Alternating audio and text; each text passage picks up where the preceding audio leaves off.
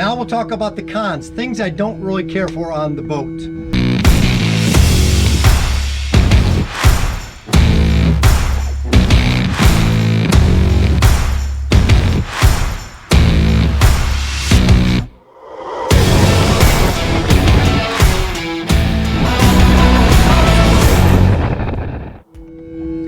Now we'll talk about the cons, things I don't really care for on the boat.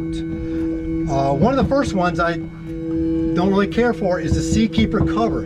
It's made of plastic, it's hard to get on and off, and every time I'm using it, I want to get it clean. So when you lift this up, when you lift up this cover, it pulls everything up, but it pulls this keypad right up. And this keypad goes right through this cheap little plastic cover, man. We should be breaking. So every time you pull it, it pulls up this keypad and it dislodges it. So you just have to shove it back down. So not a big fan of this. The bigger and the newer models, Seakeeper 2 on, have a metal case.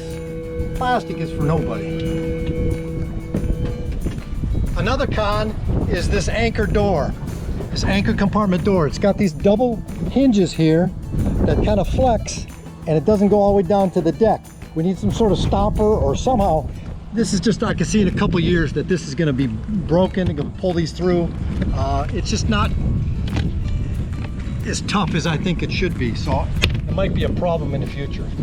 Another thing I'm not really crazy about is the placement of the Mercury Vessel View. The Mercury Vessel View pad is up here. Well, to work all these little buttons and see what's going on as you're moving, and your hours and your location and your trim tab and all that, that's just not very friendly up there. If anything, it should be down here. I can just glance at it here. Ideally, it should be incorporated into my screens.